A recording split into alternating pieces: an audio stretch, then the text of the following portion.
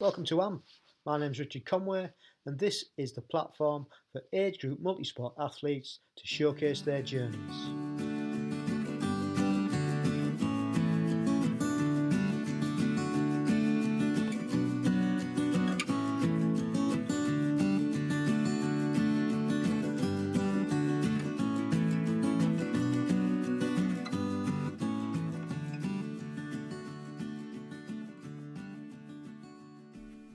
Welcome along to episode 41 of the Age Group Multisport podcast, and thank you ever so much for the last 12 months.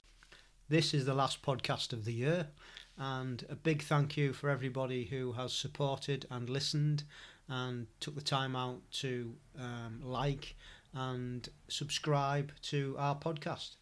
And also a massive thank you to all the age groupers that we've had on. We've heard some fantastic stories over the last 12 months.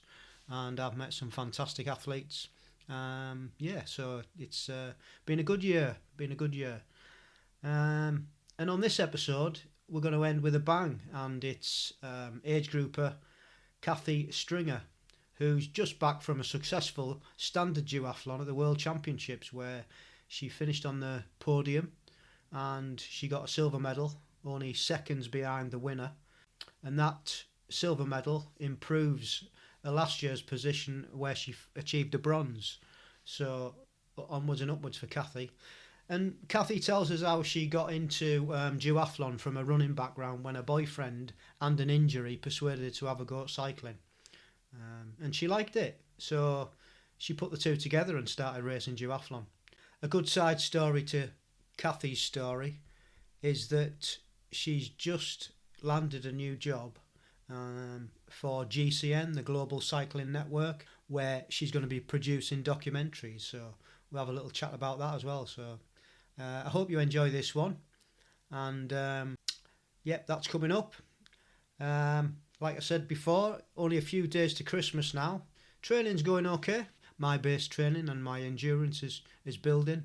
I've done a few consecutive long hilly runs of 10k now, so the leg feels okay. And who said Lincolnshire was flat? Not on the runs that I've been doing, it isn't. Finished the last swim, and we've got our sons coming home this Christmas and their partners over the festive period. So I guess training will be on the back burner, as most people's are this time of year, as we've got family, like I say, we've got family coming home. We had a really nice Christmas club dinner last week, WBC, and that's a good thing about our sport, is it's such a supportive environment, and you can create the people that you want to be around. And we've done this in our club, and we've got a great group of people. So I'd like to wish them all a big Merry Christmas, and look forward to training with them again in the new year. And also, it was my birthday last week. Completely spoiled as usual by Mrs. C, and she bought me the new Saucony Speed 2 run shields, and I love the original Saucony Speeds, but they changed the design slightly, and they've been getting a few different reviews, so we'll try these out. And the run shield part of it, it's like a Gore-Tex, so they'll be good this time of the year, keep my feet dry. So we'll try them out, we'll put a few miles in them, and we'll let you know how we get on with them. I also got Paul Larson's HIIT interval training book, which I'm really looking forward to reading. And it was so nice to chat to Paul on the show a couple of episodes ago. And this is one big massive book. It's it's a proper textbook, so I think it might not be bedtime reading, but I'm looking forward to reading it all the same. So I'll let you know what they're like and what we get out of them. What else we've been doing? Oh yeah, I've been glued to the recent cyclocross racing. Wout van Aert's back, and he's won all the races that he's entered so far, which is no surprise really. And last weekend I was watching the cyclocross that took part in Italy, and they were on the snow.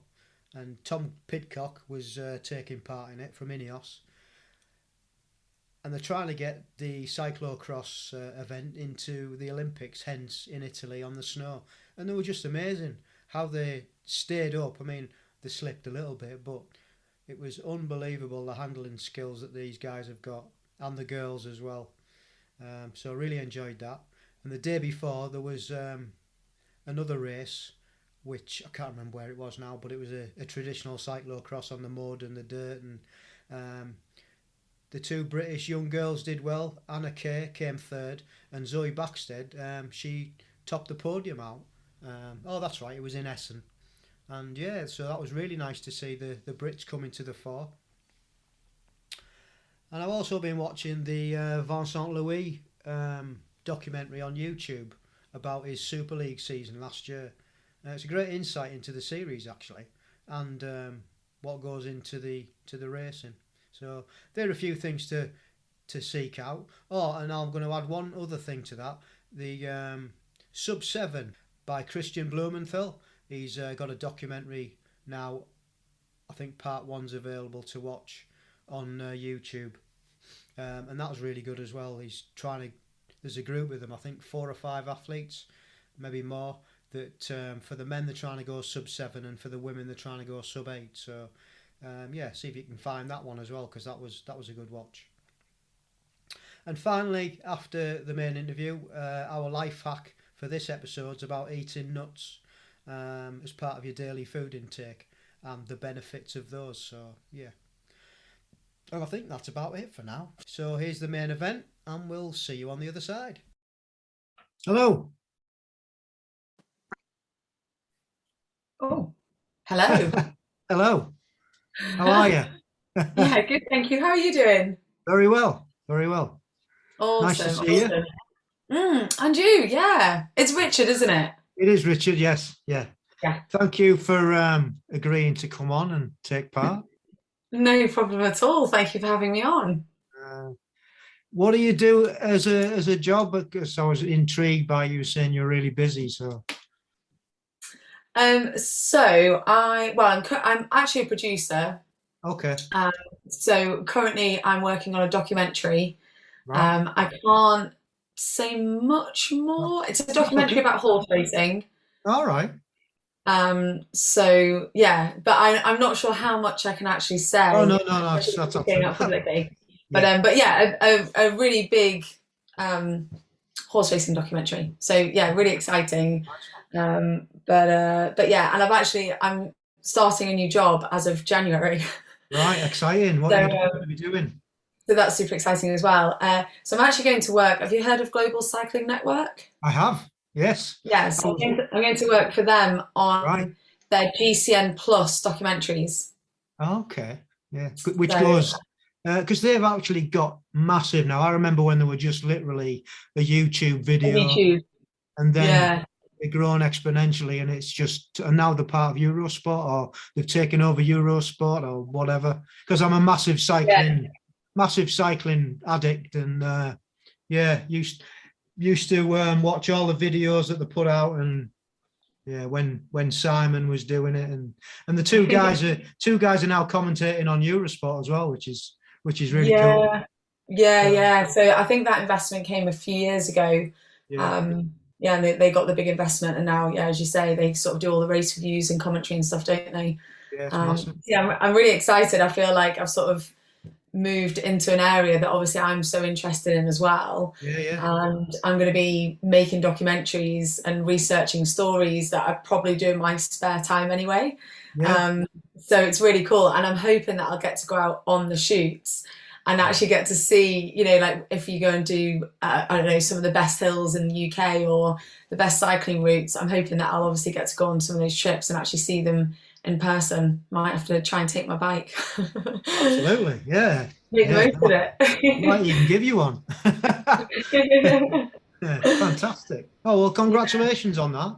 I bet you can't wait. Thank you so much. Thank you. I'm going to be announcing it tomorrow, because people may have seen I was celebrating with some champagne earlier in the week, and it was because that was when I found out I'd got it, and I was so excited. but I just wanted to sign the contracts and do all the like those bits, you know, and it's like it's fully confirmed then. I was like, I don't want to say anything too premature and then it not happen or something. I don't know what would happen, but so that was really exciting. Sorry? I was going to say you didn't want to jinx it, basically. Yeah, basically, yeah. That's cool. But come January, I'm switching into that role, so that'll be really cool. Well, good luck.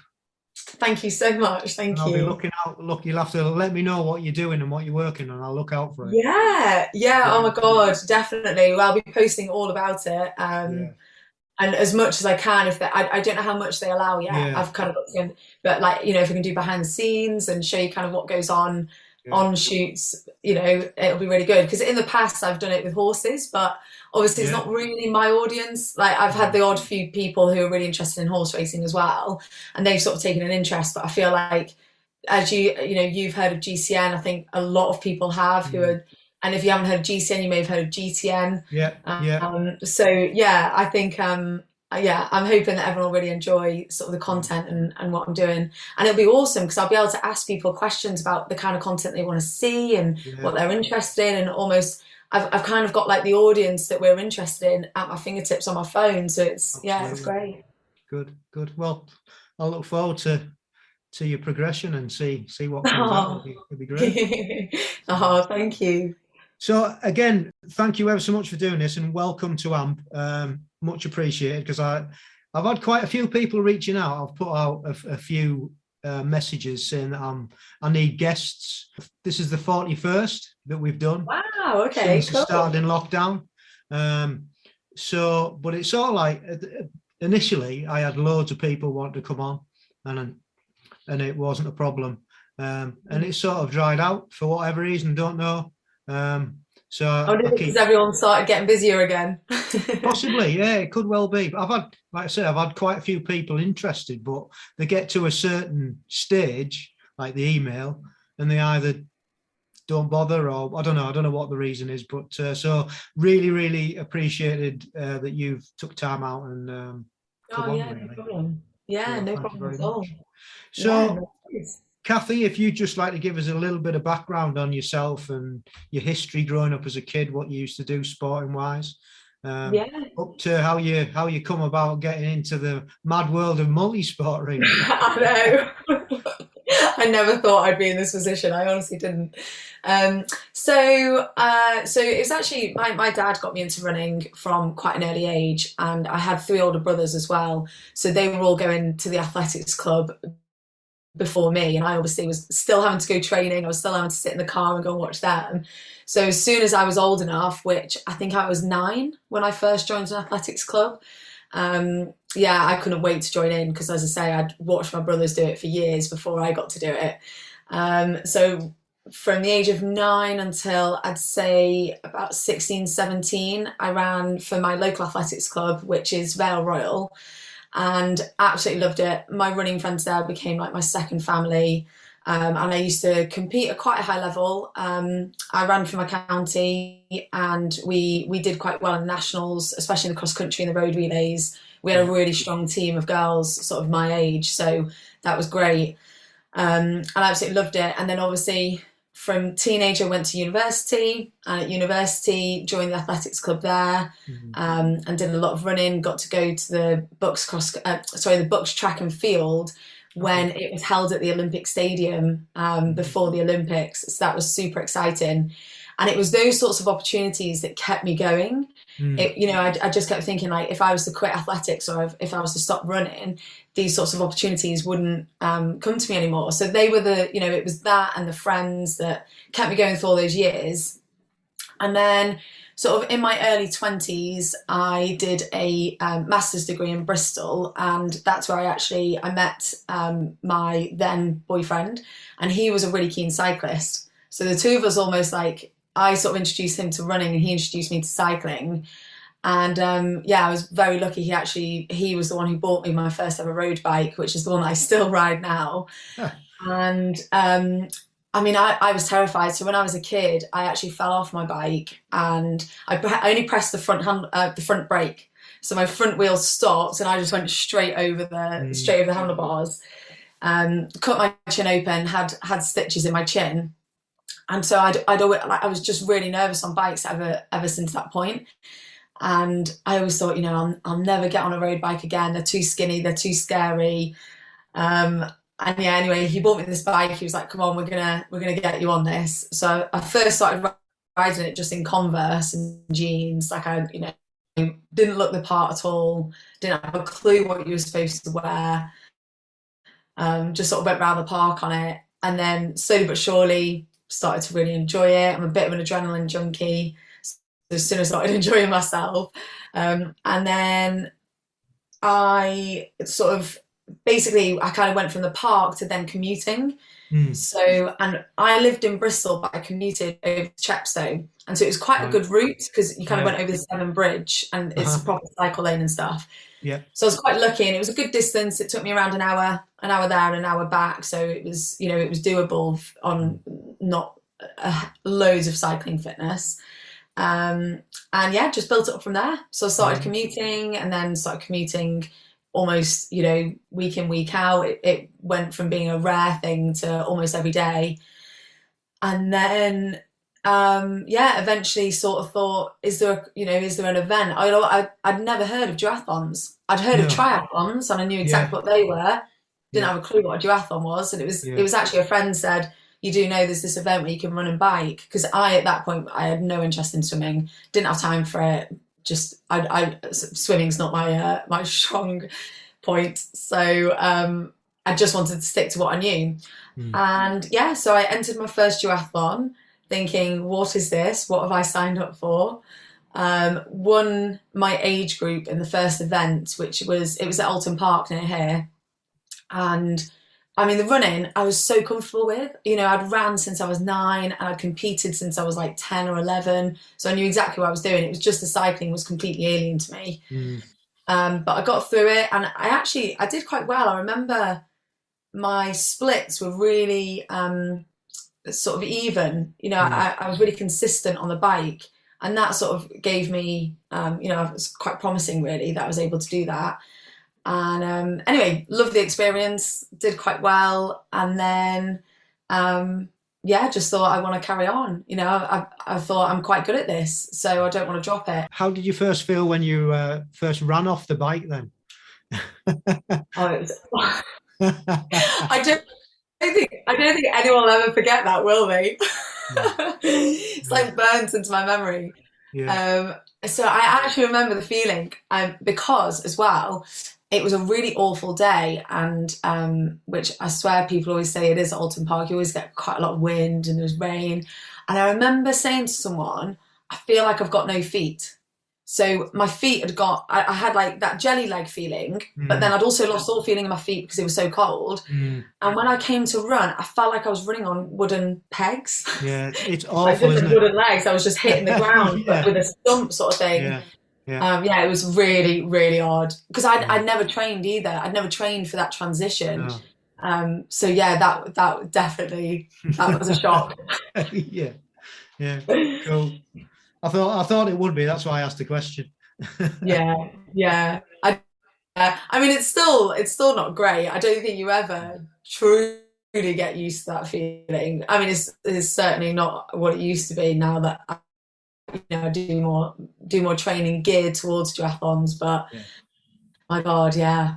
I think it was just a combination of the cold as well, the cold and the wet. I think my parents were stood near the transition zone. I remember turning to them and I was like, I can't get my helmet off. I don't know what to do. And I was like, my shoe, say that's my shoe. I'd Velcro straps on my cycling shoes, and I couldn't grip. I was just like hitting and I was like, I don't know what to do here. I can't get my shoes off. And somehow I just persevered, managed to get them off. And I found out later not many people finished the race. I mean, it was so awful, like some of the worst conditions I think I've ever raced. Baptism of fire then. Yeah, definitely. Well, it didn't put you off because you went on and did some more then, I take it. Yeah. So I kept doing more. And as I said, like from that point, up until then, I'd only really done commuting and the odd weekend ride. And after that, I thought, I could do quite well in this. And so I just started, I got a turbo so that I could train indoors and do sort of more interval type sessions. And I started actually taking notice when I was commuting. I started taking notice of the segments. So I'd be like, right, you know, the last time I cycled from here to those traffic lights, I did it in this time. And so I'd start actually recognizing where I was improving and trying to get faster and stuff. So yeah, and then I guess that then took me up to, so I did a qualifier and qualified for my age group for Pontevedra in 2019. Yeah. So I did a qualifier in 2018, but I raced the Worlds in 2019. Sorry, for anyone who doesn't know, Pontevedra was the World Championships in 2019. So that's what I did. And I got a bronze medal, and I honestly wasn't expecting that at all. I went with zero expectation. Yeah. I was just in awe of, like, you know, in the athletes parade, just looking around, and there were just athletes from all over the world. And I was like, what am I doing here? It was it's just crazy. And yeah, loved the experience. And when I got the bronze medal, I was like, I could get gold here. Like, I know I could. I know I'm capable. You look to the running times and the cycling times, and I was like, that's not out of my potential. I know I can achieve those times. And when I was sort of with Vale Royal when I was younger, I'd beaten the times that I was running. So I was like, well, I've run faster than what I just did. I've just got to get back to that point. Yeah, and so that's been my goal ever since. Yeah. So what, how far off were you from, like, the top times then? You can't have been that far behind. Can you remember? No, I wish I had the minutes, seconds. But it was minutes. I was so in Pontevedra, a British girl won. Yeah. Zoe Levin, I think her name was. Yeah. And yeah, I was definitely minutes behind her. Yeah. And I think, like, what. Actually, no, I'll say that later on when we come on to this year as well. This is what I do. I get ahead of myself. That's all right. That's fine. You can. No, it's absolutely fine. I was going to say, so in that making time up, does transition play a big part in it, or are you pretty good with transition? I think so. Yeah, my transition's definitely improved. Yeah. I mean, when I did Pontevedra, I remember it so clearly, because that was such a buzz for me, that whole event, because obviously I'd never done it before. And I remember coming in and Beyonce, Single Ladies was on. And as I was running with my bike, I was like, what a song to have come on as I've just come into transition. And I was like almost singing and dancing to it as I was coming in my bike. I was just smiling the whole way through the race. I loved it. So yeah, I mean, this year there was no singing or dancing. I was in and out of that transition. Yeah. But do you know what? One of the things my coach keeps saying and wants me to improve on is, obviously a lot of people have their shoes actually attached to their pedals, and I've never done that.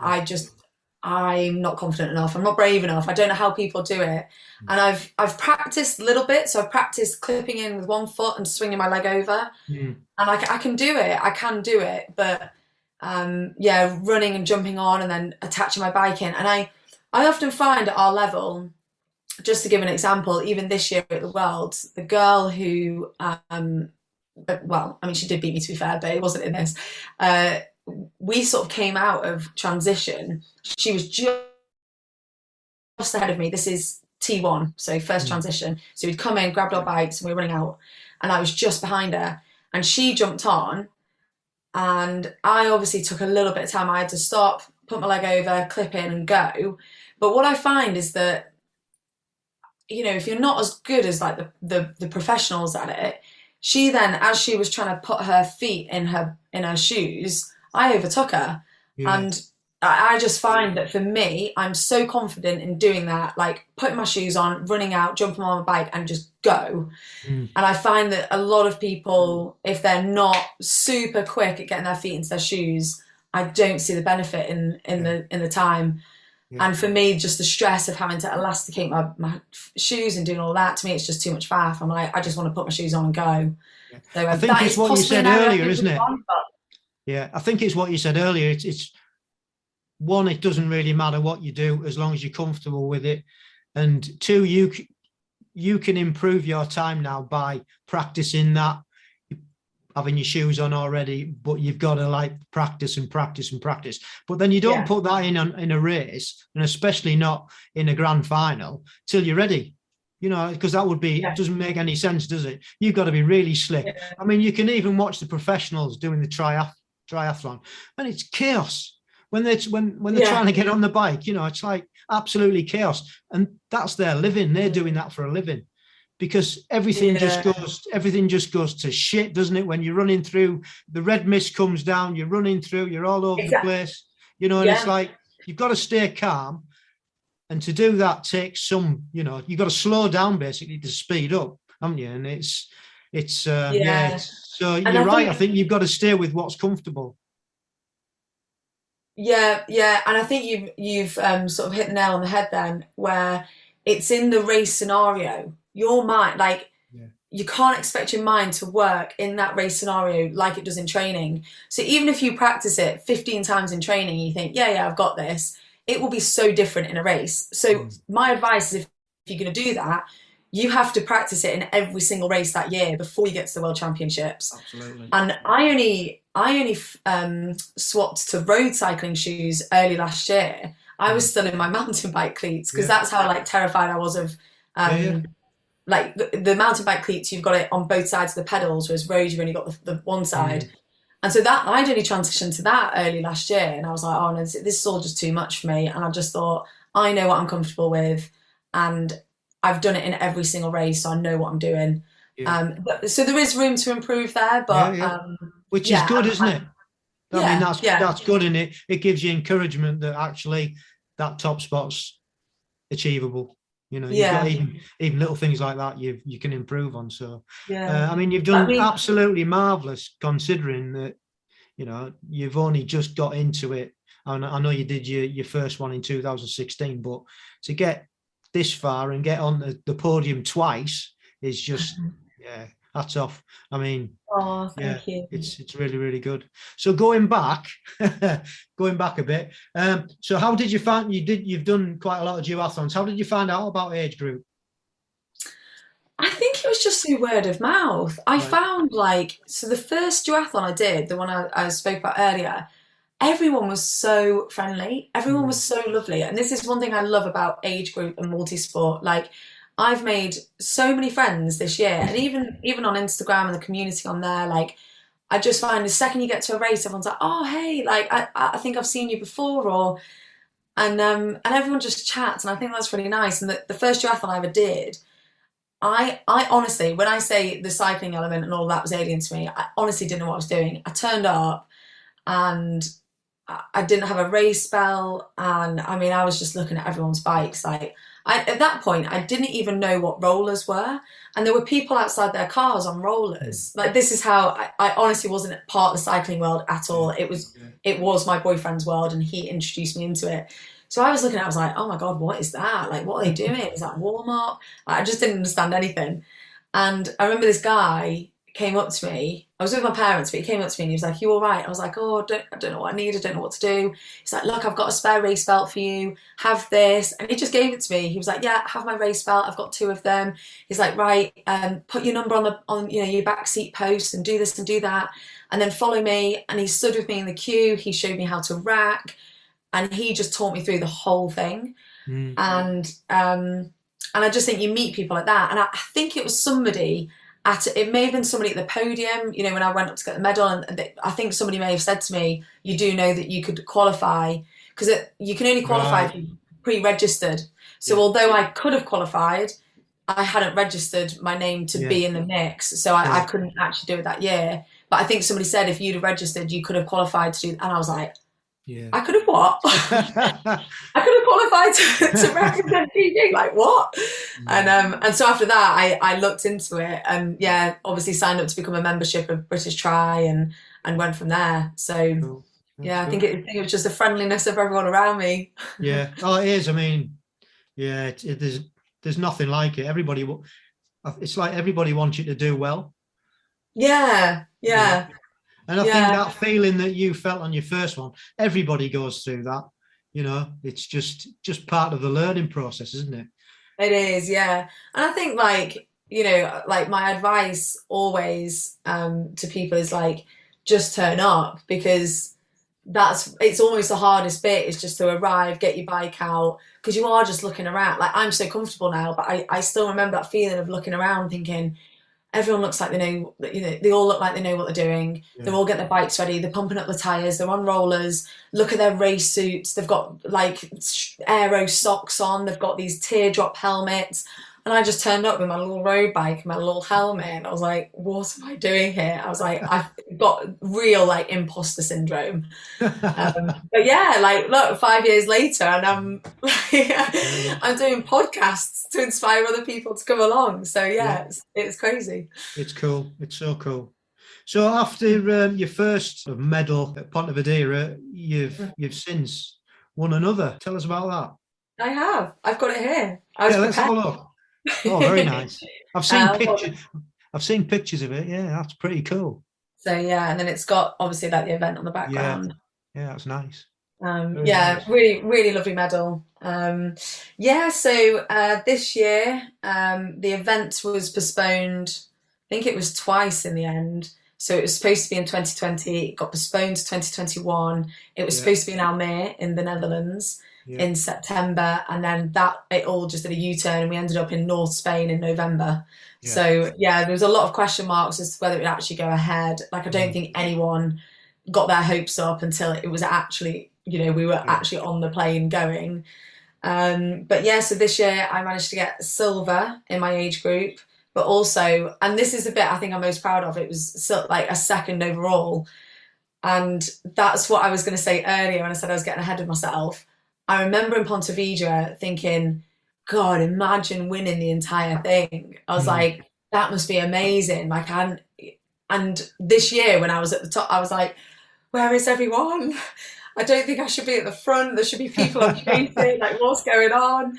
And yeah, I came second overall. And I think, although I wanted the gold, and that had always been my goal, I think actually, although I got the silver, coming second overall, then over sort of, I don't know what I'm trying to say here. It's like it kind of made up for the fact that I hadn't got the gold. Yeah. If that makes sense. It was like something that I didn't think I'd ever get. And then all of a sudden, I kind of expected to get silver or gold in my age group, but to get second overall, that was a shock to me. So yeah. That's so good. So good. And how, again, I guess the same question as before, how much of a difference in time were you away from the winning time? Oh, this year, like, not a lot. I think it came down to 26 seconds, something like that. But I mean, I've looked into it in quite a lot of detail. So our 10K run, we pretty much came in at the same time. I think officially on our chip time, she was ahead. But there was like a 200-meter run. You had to run all the way down transition, do a U-turn, and all the way back up before you could get your bike. And we arrived at our bikes at exactly the same point, pretty much. So I made up that time in transition. We got onto the bikes, and as I said, I overtook her. So as she was fiddling with her shoes, I overtook and went ahead.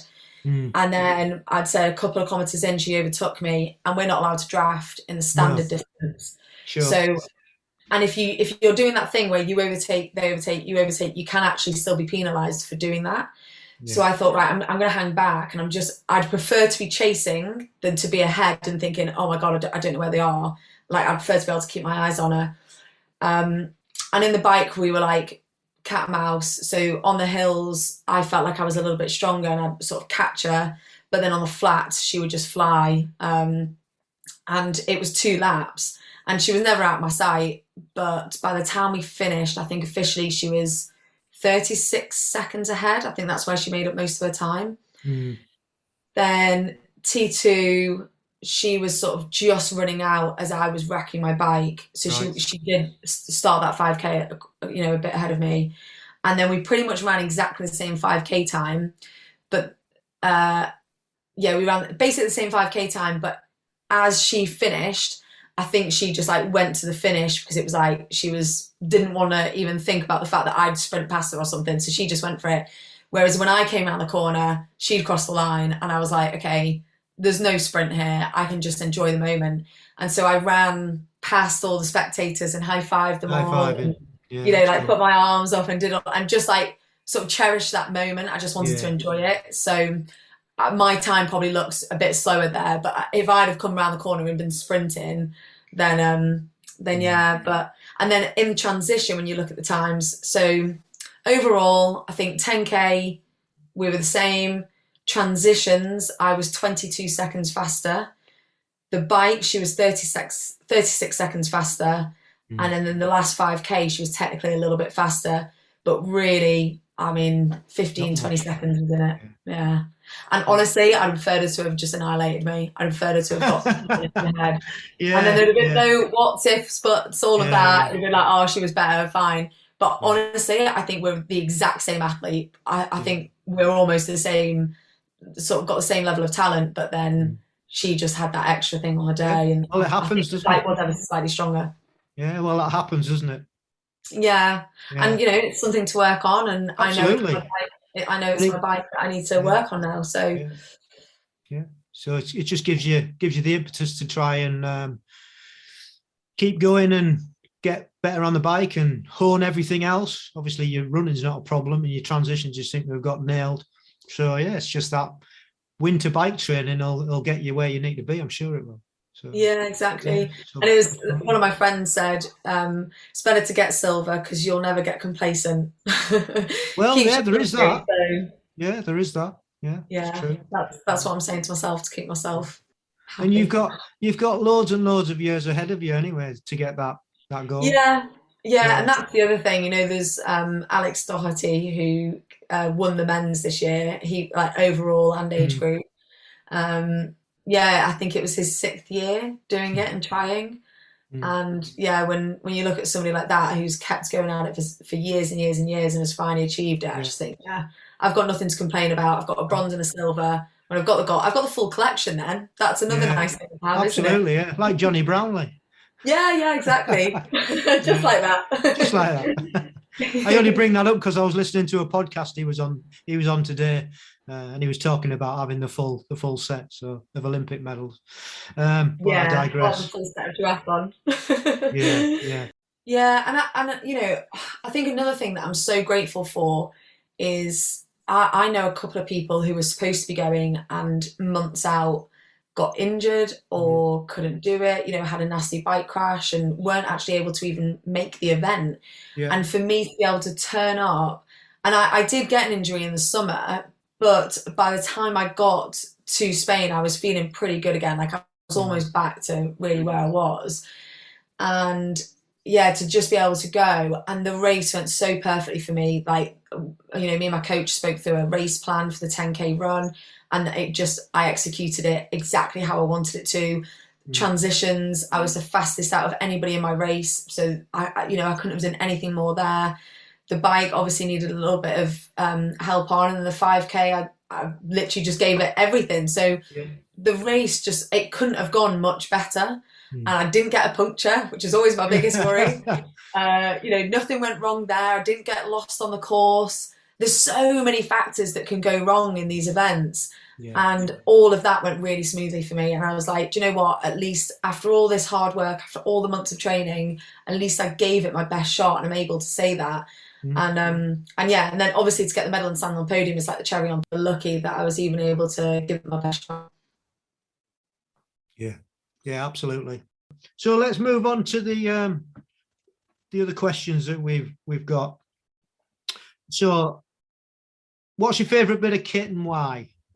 Yeah, in terms of kit, is that just anything, like anything I wear? Anything you want. It can be bikes, it can be whatever. Anything you use in triathlon. Do you know what? I'm going to throw a curveball out there because I feel like no one else will say this. And it's actually, like, I remember when I bought it and I was like, I actually love myself for this. Everyone's going to think I'm a total weirdo. But, you know when you get a race number and you have to punch holes in it to then put your little things through? I bought a single hole puncher off Amazon for a couple of quid, and it's my favourite thing because back in the day I was getting a pin or a pen and I was like trying to draw holes in it and like pull it apart enough to get the thing in, and I now have this little hole puncher and I take it to every race and I punch it in exactly where I want to. It's dead neat. I think that's one of my favourite bits of kit. Game changer. It was a game changer for me. And I feel like that's a good little bit of advice for anyone else out there. I feel like you can get your aero helmets, you can do all the rest, but being able to punch a hole in your number at the start is, extremely satisfying. I agree. You've nailed it. Do you have one? No. You have to get yourself one, honestly. But I'll put it on my Christmas list. No. Well, you can safely say nobody's ever mentioned that as their favourite bit of kit. So well done on being a first. I like that. And I'm also, just as like a bit more of a normal one, I'm a big fan of socks. I just think the socks you wear can make quite a big difference to, like, especially with this where you go from like running to cycling and stuff. So I always invest in really good socks. And what length of sock do you go for? Oh, I go for between the ankle and the calf. Right. So not the full length. Not got now, but sort of like here. Yeah. See, I always wear the full sock up below the knee. Okay. Two reasons: for support, and I have a bit of a weak calf sometimes. If I have an injury, it's usually a calf injury. So, but I just think it gives it that extra. The skins you can get. Yes, I wear really good. But I like socks as well, and the brighter the better. Exactly. Yeah, and they've got to be matching. Nice pink ones I've got at the minute. Nice. Mine. The ones I got some especially for the Worlds because they matched my trainers and they were white with pink stripes. But every time I buy a new pair of trainers, I've got to get new socks just to match them. So what resources, and that can be, it can be YouTube channels, it can be books or whatever, do you usually use and you can recommend for anything to do with multisport, really, that you've used really and has helped? I would say, I mean, not to plug it because I'm. No, you can plug it. Yeah, go on, plug it. Everybody sign up to the GCN app. GTN. I've watched quite a few GTN things, especially when it came to packing up my bike. Getting my bike into a bike box. I've never done it before, and definitely have never done a TT bike. And heading out for the World and having to package that up. I watched quite a few of the how to pack up a bike into a bike box. I'd say join a Facebook. I think there's like Facebook groups that I've used as well. Mm-hmm. When I've done the Worlds, you often get sort of added into a group with lots of other age groupers, and so many people put really good links on there. So if you've got like a local triathlon club or like a local club near to you, just ask if you can join onto there, and they'll tell you about local races and different things. And I'd say that's honestly that's probably one of the best places to go is that. I also use Facebook Marketplace for loads of kit. I've bought my cycling shoes, I bought on there for less than half price. They were brand new, immaculate, still in the box. But they were half price. You get loads of Rafa kit on there. Don't tell me that. I bought my aero helmet on there secondhand. Because people look after this stuff. You're never going to buy it. I'd say it's very rare that you're going to get someone who is going to try and like do you over. So I'd say that's actually one of my best bits of advice and resources is Facebook Marketplace for kit. Great advice. They're two new answers that I've never had before, so that's really good. And what's been your favourite multi-sport experience so far? Oh, good question. I threw that one in. I didn't tell you that one. I threw that one in. I mean, I think it would have to be the World Champs, but I feel like that's too obvious in a question, too obvious an answer. So I feel like I need to go for something different. I mean, I would have thought it would have been. So I tried to do this the snowman duathlon this year, which was trail. So you had to like run up and down a mountain, and then you went off. I think that would have been, but that was the day I twisted my ankle and got injured. So it was actually probably the worst experience I've had. But I was really looking forward to that because it wasn't on a closed circuit. It was, out in the mountains and up and down trails and things. And I was really looking forward to it. I'm like struggling to pick one out. One event that I loved was the Western Duathlon. Again, I don't know if that's just down to the fact that it wasn't a closed circuit. Because I think what I find on the closed ones is you're going round and round in circles and you just get a bit bored. And it's that mentality of, you know, if you do like say if you did a marathon and you had 4 laps, that second and third lap are so difficult because you just got to focus and you're like, oh, I know how far I've got to go. But you get to the last lap and you're like, right, come on, it's the last lap, go for it. And if you'd have had that mentality all the way through, you'd probably run a bit faster. And I think when I'm on these laps, like you've got 9 laps of a track to do, you've got to keep count. It's painful. You know where the windy bits are and all of that. I find that really tricky. Whereas the Western Burt, we did again, it was on trails, so you're kind of like going through the woods and then you went out onto the roads. And I tend to enjoy those events more now because I feel like I'm doing a bit of exploration at the same time. That's cool. Good. But yeah, I mean, obviously the best experience is the World. I mean, every time I talk about going down that finishing straight, I want to cry. Yeah, and quite rightly so. Quite rightly so. You know, that should have been your answer, really. Okay. I'll give you the proper answer. It is finishing the World Champ. Like, I cannot even begin to describe. Is this year you were coming down. You had the river next to you on your right, and you were coming down, and there were bridges going over the river. Oh, I'm getting goosebumps talking about it. I love it. There was like people stood all over the bridges waving GB flags at you and Union Jacks, Vuvuzelas, the lot, and people are like, go on, and your name's on your thing. It's like, go on, Stringer, come on, GB. And every time somebody shouts that at me, I have to pinch myself because I'm like, I can't believe like that Union Jack is for me. I never ever get used to it. And then you turned right, you went over the bridge. Then there was another little group because the bridge was closed to spectators. So you ran over that. But as you were running through the bridge, there's like a little collection of people, like cluster of people there with flags. They're going mental at you. And you had to run up a little ramp. And as you got up to that ramp, then you could see the finish line. And you had to kind of do a U-turn. And that whole U-turn, you can hear the tannoy, and so he's bringing you in. He's like, and second place is Kathy Stringer from Great Britain. Like, and then like I said, in that moment, I was like, I've got to enjoy this. Like, I've got to just cherish every second. So I ran right up to every single one of them, all the way up until it finished, and I just kind of threw them in the air, and I was like, oh my god. So I'm gonna cry now. You've got me going. Like, it's just. Yeah, I've never had anybody crying on a podcast before. I'm just a really emotional person. No, that's cool. And so you should be. The thing is, you put a lot of hard work into it, and there's nothing wrong in being so proud of what you've done. So, you know, you can tell that story till you're blue in the face. Because you've earned it. It's just something I can't even.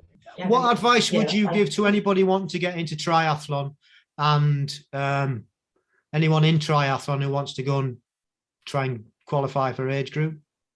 So I'd say for the people who have never tried multisport, so I always do it with duathlon. I always find these. I think if you're a runner, so you've come from a running background, a bit like me, then I'd say the first duathlon or triathlon you enter, make sure it's a closed road event. So good advice. Yeah, going around the circuits or like I did Blenheim Triathlon, and that was all on the parks, because the last thing you want to be doing is getting on that bike and thinking, right, I've got to look at my Garmin and navigate. I've also got to watch out for traffic and cars. You might not be very confident on your bike. Oh my god, just everything can, you know, you've got potholes, traffic lights, navigation. There's just so much you got to think about on top of then actually trying to do your best. Whereas I think if you go to a closed circuit event, all you need to do is think about you and the bike, and there's no potholes, there's nothing else. You count your laps and that's it. So I'd say that's my best advice. And I think for cyclists, if you're a cyclist coming into it and it's the running, then practice that transition from bike to run, because that's what's going to get you. A cyclist, obviously, on a field or something. But yeah, just start getting off your bike, and even if you run 200 meters up your street and just keep increasing it from there, I'd say that's probably the best advice. And for people within it, I guess just look at when the qualifiers are, and plan your year for them so that you're going to peak at your best for those qualifiers, so that you can then get it. Because obviously, usually the qualifiers are like the year before. So if you make the qualifier, almost treat that like your world champs, like your absolute max that year, then you can get in and then sort of regroup, ready for the world champs the following year. But the last thing you want to be doing is like running a marathon or, you know, doing something crazy the weekend before and just exhausting yourself. So yeah, you just want to make sure you're on peak form for that, to give it your all. Yeah, great answers. Yeah, really good advice. So finally, what are your short and your long-term goals? Oh, good question. So short term, I've not really got any, if I'm completely honest, mainly because I'm starting this new job. Yeah. And for 2 years, I've put my career to I've been working, but I've put my career on the back burner for a little bit and just been like, right, focus on this. But now it's like, actually, I need to sort of just concentrate on my job a little bit more. So short term, just sort of, I mean, for December, I've actually, I'm going to be taking a bit of time off and just having a bit of fun with my training. Yeah. And then long term, obviously, the big one is to get that gold eventually. Sure. Yeah. Whether I'll go for it this year, I'm not sure. I might actually fully take a year off of it, just mentally. And also, as I said, with this new job and everything else, just kind of want to get settled into a good routine again. So it might just take me a couple of years before I go and try that.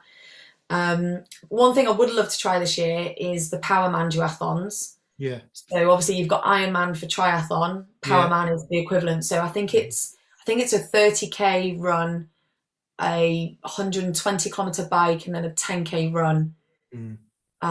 So yeah, much longer, which all my friends are like, you are mad, because on the lead up to the Worlds I was like, I hate this, I'm gonna quit after this, like as soon as I got this medal, that's it. And then I got the medal, was on an absolute high, and was like, right, I'm gonna double the distance.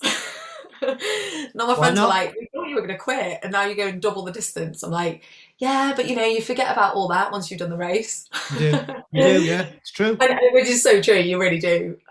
So yeah, but I think, yeah, just have a bit more fun and just see what else is out there. But definitely doing some different duathlons. Like I'd love to go, I'm going to do the snowman again this year and try and not twist my ankle this time. I'm doing an event in March with my training partner, Pete, and it's called a 2-up duathlon, and you do it together. So you're not allowed to be any further than 15 meters away from each other during the race. Okay. So in the run, you've got to stick together, and on the bike, you draft each other. And I can't wait for that. It's going to be such good fun. And we cycle loads together. So, and he's always messaging me after the races. He's like, I think you could have cycled faster on that. Like even with the Worlds, he was like, I don't think you gave that everything. I think you can be faster. So during this race, I'm like, come on, Pete. Who said I don't do it? Yeah. Let's go. Yeah. So that sounds really cool. Fun. Yeah. And like I said, I hadn't even heard of duathlons a few years ago, and now I'm like discovering all these events. There's like long distance, short distance, trail, cross country, and everything you do and everything that you can do in triathlon, they do it in duathlon. Yeah, exactly. So yeah, good. But yeah, so I'm excited. Yeah, I'm really excited for sort of next year and for what's to come. And who knows, there might be a GDN channel soon. Yeah, well, Global Duathlon Network. It's really strange, isn't it? Because when I was watching GCN all those years and watching, because they used to put sessions on the turbo, the guys used to be in the studio on the turbo doing, and before I had Zwift and had all singing, all dancing, I would just get on a bog standard turbo and watch them. And I used to watch all the cycling videos that they put up religiously. And then I thought they should do something about triathlon, because I was into triathlon at the time. And then lo and behold, about 2 years later, they came up with a GTN. And I thought, brilliant, that's exactly what we need. So, but yeah, I mean, why not? Why not? Because not everybody likes to swim. Sorry? Not everybody likes to swim, so... No, exactly. We'll see. Watch this space. Anyway, good luck with whatever you do in the future. And like we said earlier, I'm going to keep a good eye out now for these documentaries. Unfortunately, I subscribed to the wrong channel. Obviously, I subscribed to Eurosport. Oh, okay. Instead of GCN. That was a mistake. GCN, you get it all, but advert free. Yeah, well, I get the advert free on Eurosport, to be fair. Okay. But what I don't get, fair enough. what I don't get is the extra films that GCN put on. You know, when they do all the documentaries, I don't get that, so I'm sort of missing out.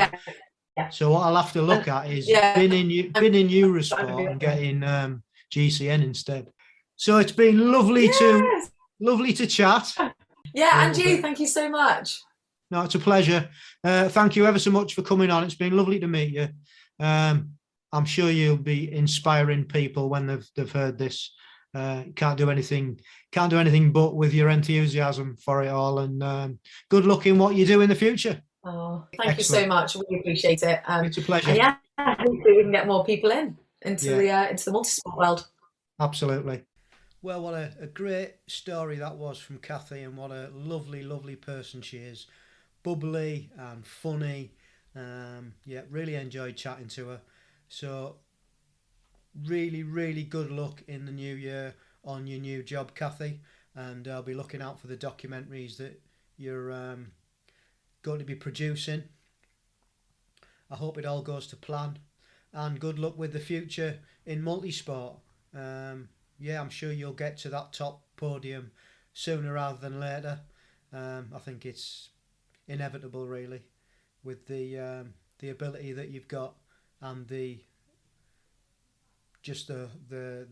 outlook that you've got on training and everything else.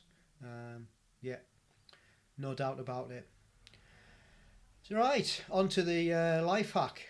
So in my daily food intake, I eat nuts and seeds religiously every day, and they're good for you, tasty, they're convenient. So sometimes I take some to work and have a few nuts and seeds and dark chocolate and a few sultanas and things in a little pouch. And they can be enjoyed in all kinds of diets, really, from keto to vegan.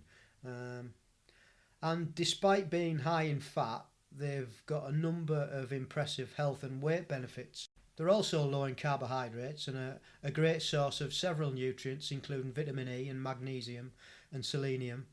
And you can add them to food as well. Or, like I've just said, you can have them as a snack on their own. So instead of going for the Pringles and the crisps, if you just get a handful of nuts together with some dried fruit and some dark chocolate, that's it. That's your snack. So why are they so good for us? Well, they're a good antioxidant, and they're full of polyphenols, which may protect your cells against bad LDL cholesterol from damage caused by the free radicals that float around inside us. And among the health benefits that research suggests that nuts may help is inflammation, especially with people who've got diabetes, kidney disease, heart disease and other serious conditions. Many nuts are high in fibre, which can reduce the risk of disease also, and help keep you full. That's the other benefit of it. So they might help in reducing weight and things.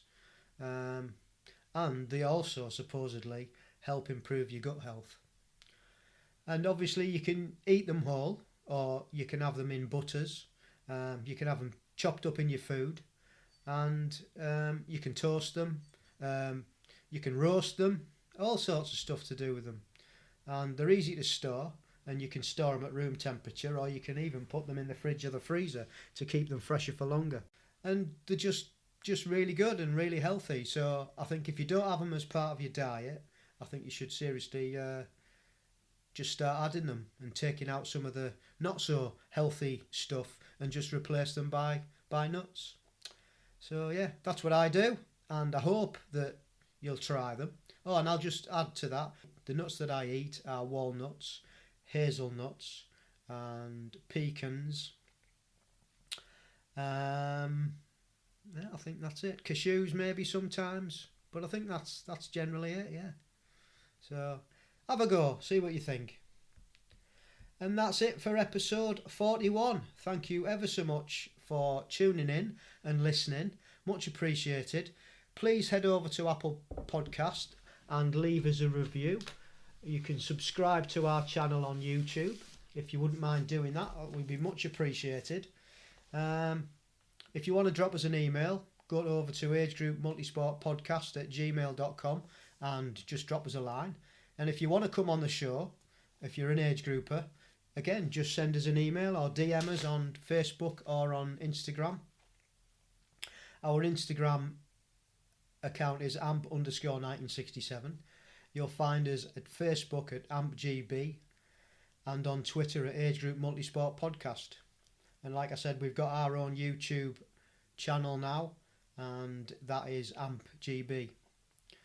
If you want to catch all the previous podcasts, all 40 of them, you can find them on your favourite platform, Spotify, Apple Podcast, or you can go across to our website and they're all on there. And the website is agegroupmultisportpodcast.buzzsprout.com. So that's it. Hope you have a great Christmas and a happy New Year. And I hope Boris doesn't spoil too much for us all, and we can all meet up and join our families and celebrate. And we'll see you on the other side of New Year. And don't forget, stay safe, keep training, and love the pro.